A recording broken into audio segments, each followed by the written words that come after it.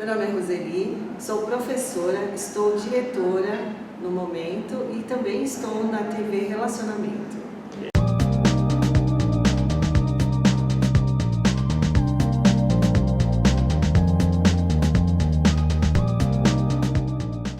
Olá, internautas, iniciamos mais um programa Gestão Executiva e hoje nós vamos conversar com um grande profissional, um professor admirável, Ronaldo Pazini. Muito obrigado, viu, pela tua presença aqui, né? Vamos falar também do seu livro, tá? Ronaldo, conta um pouquinho para os nossos internautas onde você nasceu, em que momento que você decidiu pela sua carreira, né, abraçar essa profissão maravilhosa que é de professor. Fica bem à vontade. Sim, legal, gente. Muito obrigado pelo convite. Meu nome é Ronaldo Pazini, sou natural aqui de São Paulo mesmo, né? Atuo na área já há mais de 20 anos, dentro da qualidade de vida, né? Exercícios voltados à qualidade de vida das pessoas. E no decorrer da minha carreira, eu tive um diagnóstico de um filho com autismo, né? Então direcionei meus estudos e a minha força de trabalho para atender o meu filho e também outras crianças com autismo, né? Daí que vem o livro que ele vai falar primeiro, e hoje é o que eu atuo na prática, né, com as crianças com autismo. Perfeito.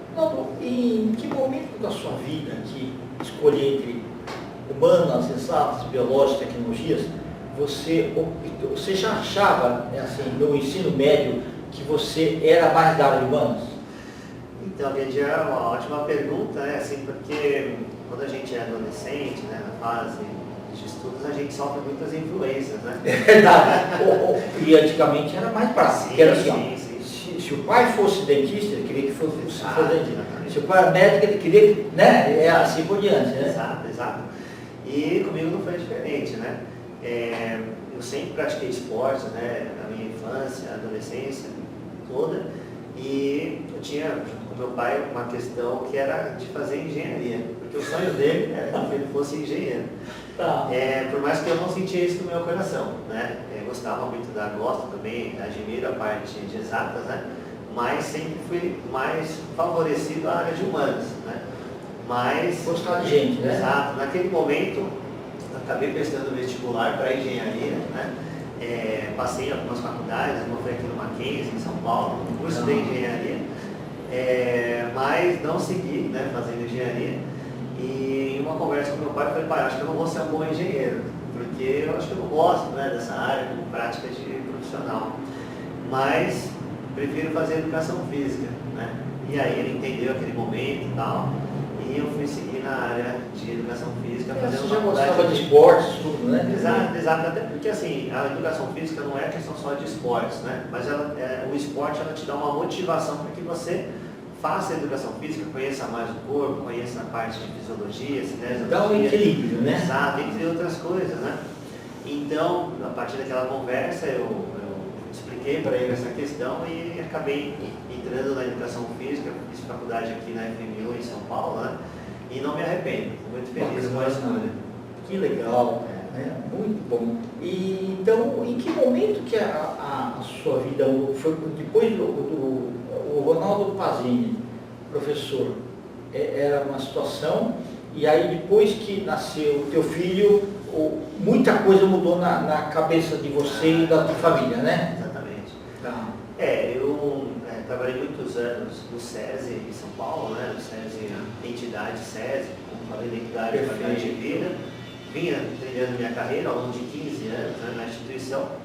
E em 2013, quando o Luiz Felipe nasceu, a gente percebeu alguns comportamentos diferentes, né, tanto eu quanto minha esposa, no sentido de características do autismo, né? E aí, quando ele tinha 1 ano e 8 meses, a gente teve o diagnóstico do autismo, né? E realmente, tudo aquilo que se fala é verídico, né?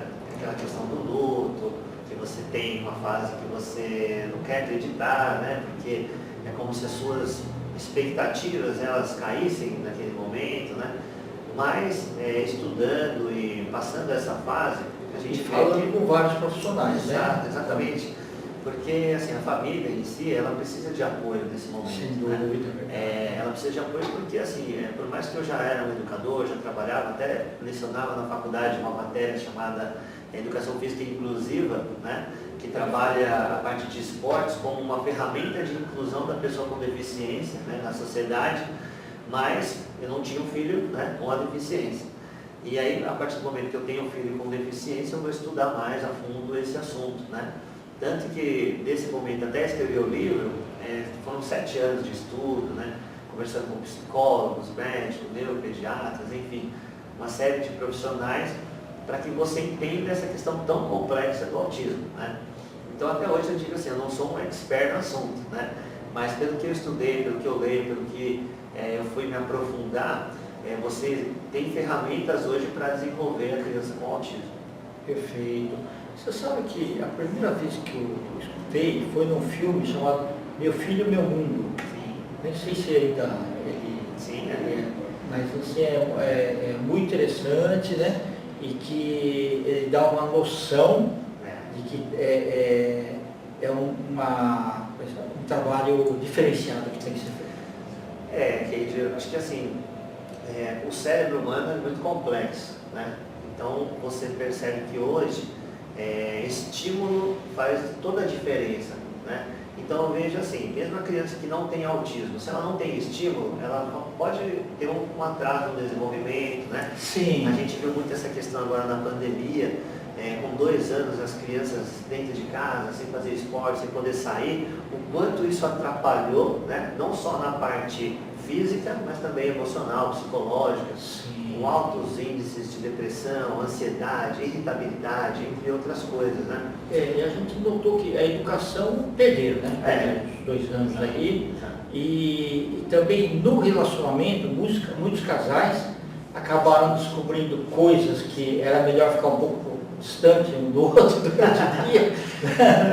E 24 horas convivendo foi realmente difícil.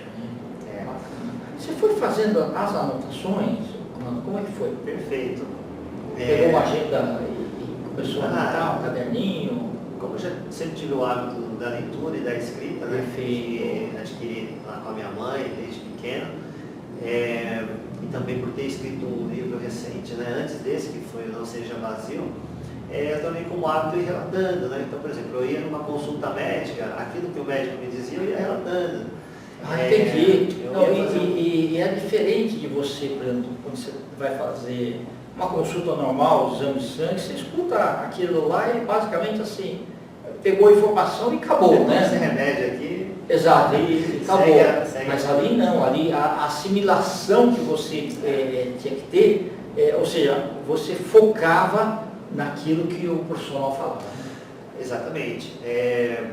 Muitas coisas que eu ouvi, né, eu tive que procurar uma segunda opinião, né? Como no comecinho do diagnóstico, alguns médicos falam assim, não, Ronaldo, fica tranquilo, porque ele não é autista, ele tem outras características, e nesse momento ele está com um atraso, né? Por exemplo, a fala, né? A fala é uma das coisas que, dentro do autismo, ela é muito característica, porque existe um atraso, né? Tem crianças também acabou ficando o nome do livro, né? Exatamente. Era até uma brincadeira que a gente tinha em casa, o que ele vai falar primeiro, né? Como ele não falava, né? Entendi. Mas aí, para você descobrir, e para as pessoas que estão vendo, né, essa entrevista, tem que ler o livro para saber, porque eu não posso dar o spoiler. Exatamente.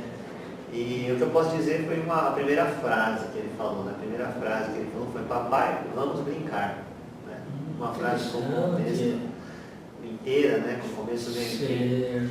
E eu lembro que naquele momento eu estava digitando. Mas é muito emocionado, aquele momento é mágico, né? É incrível, né? Porque eu lembro que ele estava assim na sala, né?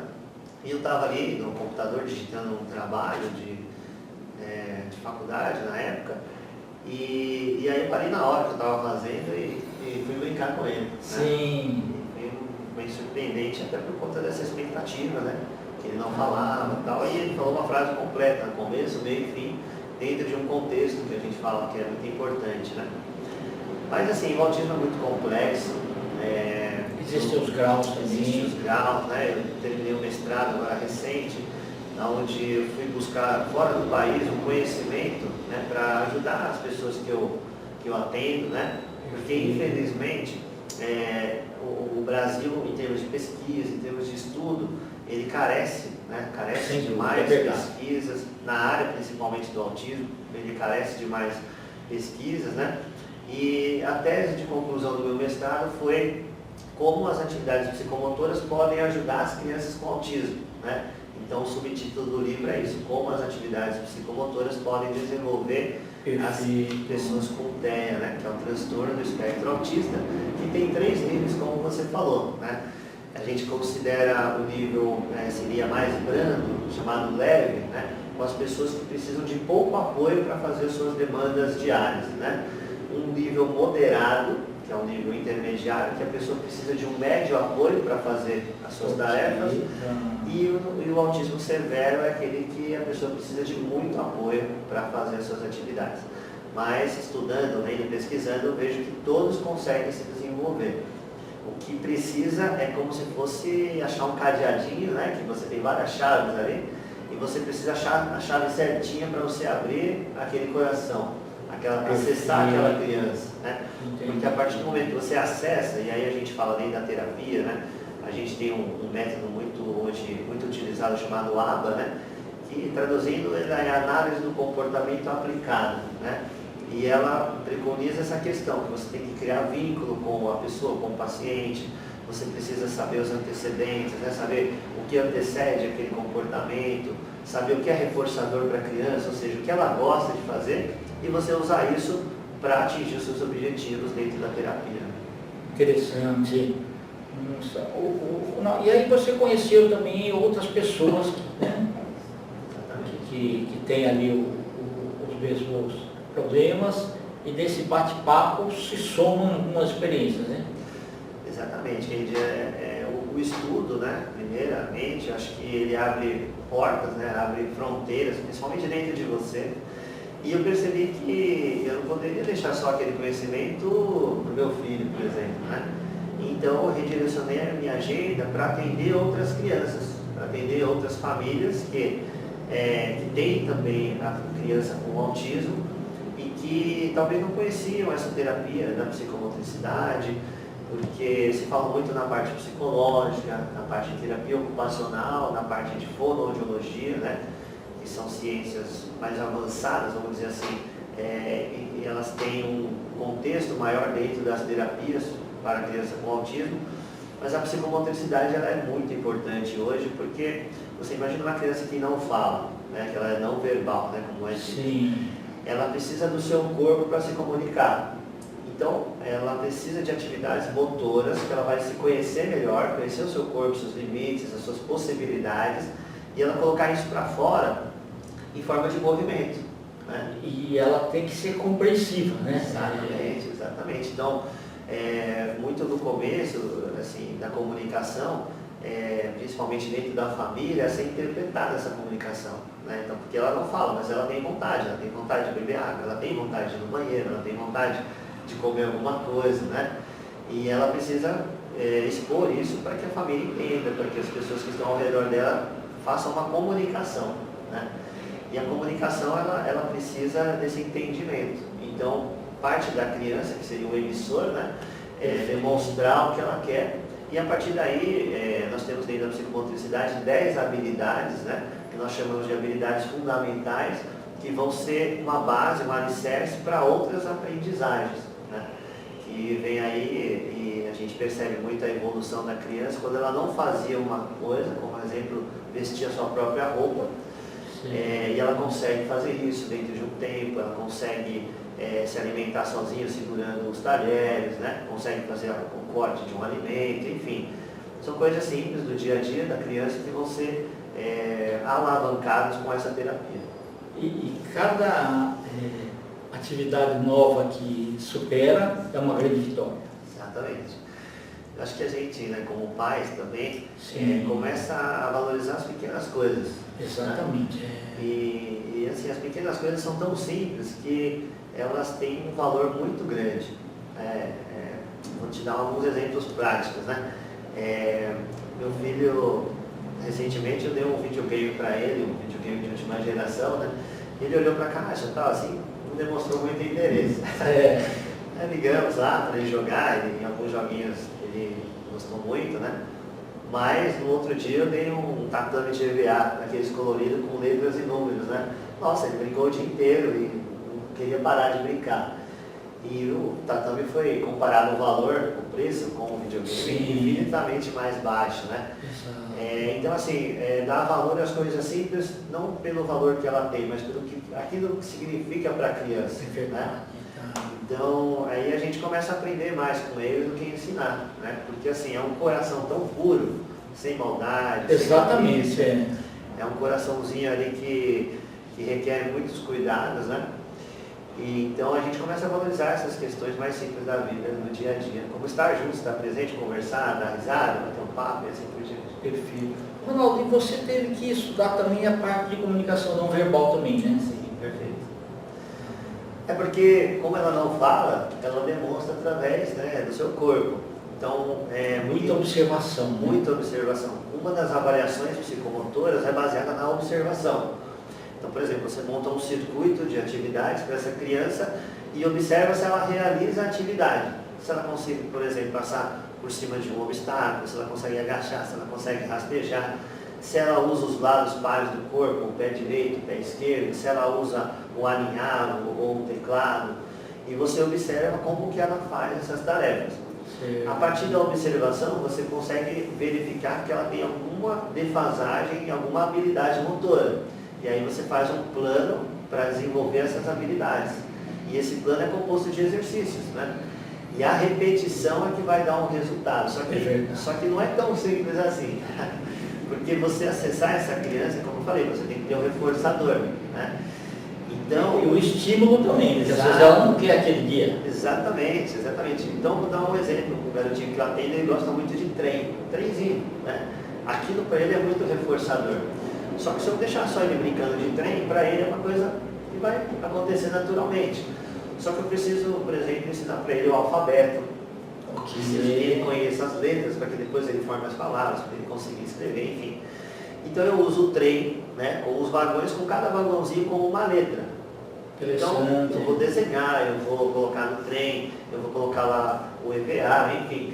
E ele, ao ter contato, o vagão, primeiro é a letra A, o segundo é a letra B. Assim por diante. Agora vamos formar a letrinha do seu nome, pega o vagãozinho primeiro com o segundo e assim vai.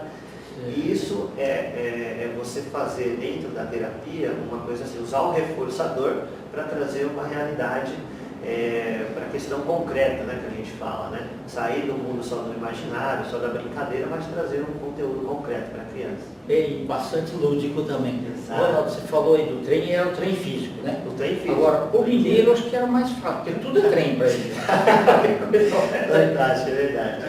O trem bom, né? É verdade, o trem bom. E assim, o trem é um exemplo, né? Sim. Mas tem, por exemplo, meu filho, o reforçador para ele é letras e números, ele gosta muito de letras e números. Tá. Então se eu começar a brincar com ele... Ele gosta mais, por exemplo, de letra maiúscula ou letra minúscula? Tem isso daí também? No começo mais a questão que a gente fala letra bastão, né? Que é mais fácil de compreender, mas hoje ele já escreve com letra cursiva, letrinha de mão, né? E assim... É interessante achar esses reforçadores, né? Eu comentar de outro garoto que o reforçador dele é dinossauro. Então, assim, se você conversar com ele sobre dinossauro, ele vai te falar coisas que talvez uma pessoa que é super gabaritada, estudiosa no assunto não saiba. Porque a gente entende também que esses reforçadores eles podem estar dentro de uma coisa chamada hiperfoco, né?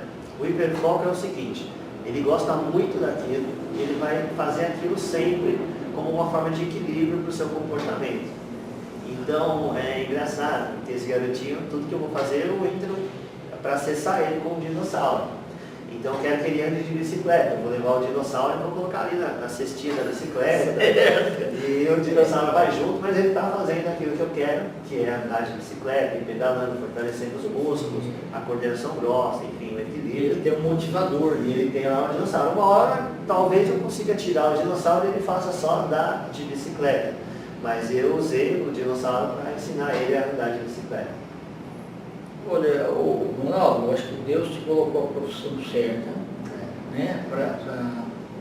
A gente vai ganhando, né, ao longo do tempo, né, habilidades e competências, né? E também nós temos que estar prontos para mudanças. Exato. Né? E se adaptar bastante a elas. Né? É o Darwin. É o Darwin, perfeito. Né? Tá. O livro, onde que as pessoas podem acessar? Olha, acho que um local bacana é no próprio site da editora, né? Perfeito. A editora Laços, que publicou o livro de forma, fez um trabalho fantástico em termos de diagramação, de conteúdo. Essa capa, acho que ficou muito bonita, né? Estou usando azul, não por uma questão de coincidência, mas sim porque o azul é a cor que caracteriza o autismo, né? Ok, tá. O autismo está presente mais nos meninos, né? Então ele tem essa questão do azul como uma cor que identifica. A gente tem uma prevalência hoje de média, a cada 4 meninos, uma menina com autismo, né? Então é um número interessante. E em percentuais assim, mundiais? Assim, no Brasil a gente não tem uma estimativa, vamos dizer assim, uma estimativa correta, confiável, né? Confiável, exato. A gente tem uma dos Estados Unidos que hoje está uma a cada 44 crianças com o diagnóstico de autismo. Alto, né? É altíssimo. E no Brasil estima-se que 2 milhões de pessoas têm o transtorno do espectro autista, né? Dentro do Brasil. Então, existem várias correntes hoje fazendo questionamentos em cima de como que aumentou tanto o autismo, né? Eu não gosto de entrar muito nesse debate, mas eu gosto de umas pesquisas que às vezes a gente duvida. Eu gosto de dizer assim, hoje a pessoa tem mais acesso às questões ligadas a entender o autismo, mais informação, né? Mas às vezes essa informação não é transformada em conhecimento. O que eu quero dizer? Ainda tem poucas possibilidades das pessoas a conseguir um laudo médico, né? Principalmente pessoas de baixa renda, por exemplo. Ela percebe que o filho tem algumas características, mas ela não consegue às vezes fechar um laudo porque ela não tem acesso a um psicólogo, a um médico que cuida da parte neurológica, né? Então, fica no achismo, né? Dentro da escola principalmente, puxa, eu acho que ele é autista, eu acho que ele é assim, e a gente precisa realmente ter o laudo, porque com o laudo, a criança tem acesso à lei, e a lei preconiza várias questões importantes, né? Como, por exemplo, o auxílio, né, para o desenvolvimento dele dentro da escola, que tenha um trabalho diferenciado, enfim. O livro, ele é uma fonte de conhecimento, né, porque você lê, você absorve aquilo, ninguém vai roubar de você aquele conhecimento. E também, se a pessoa não tem acesso a essas questões, lendo o livro, ela pode ter informações importantes sobre a questão. E também, da metade do livro para frente, a gente coloca exercícios que a pessoa pode fazer em casa com o filho e estimular as habilidades que ele necessita. Então é bem interessante nesse sentido. E para você, como profissional e como pai, né, esse desejo de, através do livro, né, deixar um legado, e muito importante, que oriente as pessoas, né, é uma realização também, né? Sim.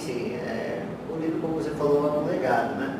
Legado no sentido de que a pessoa que lê aquele conteúdo, ela se empodera, ela fica de uma situação melhor do que ela estava sem a leitura. Perfeito. Então, mesmo que no país a gente tenha ainda um grande déficit, né? Ou seja, a gente precisaria ter mais leitores, eu me importo com aquele que lê, né? Aquele que lê, que consome aquelas palavras, ele vai realmente mudar o seu estado e podendo mudar também de outras pessoas que estão próximas a ele, né?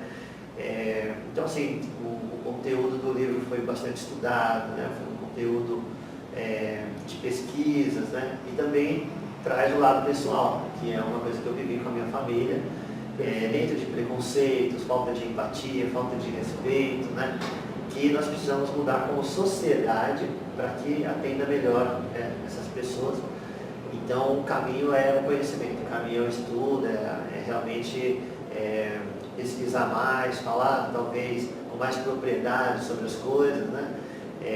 E esse caminho a gente aprende também na prática, né? Trabalhando no dia a dia, com cada um dos pacientes, eu aprendo na prática que você precisa realmente estar sempre bem preparado, porque se você não está bem preparado, às vezes você não consegue acessar aquela criança e não consegue, às vezes, desenvolver as suas potencialidades. Palavras muito sábias. Muito Parabéns. Obrigado. Então, nós estamos nos instantes finais. Eu queria que você deixasse aí seus contatos, redes sociais aí, à vontade. Legal, Kendi. Bom, o meu Instagram é @prof.ronaldo_pazini, né? Então por lá a pessoa acessa, tem os vídeos, tem fotos e a gente mantém um contato aí para quem quiser adquirir o livro, né? Perfeito. a gente fica à disposição. Internautas, com os agradecimentos então a esse formidável professor Ronaldo Pazzini, nós finalizamos mais uma Gestão Executiva. Um grande abraço e até a próxima.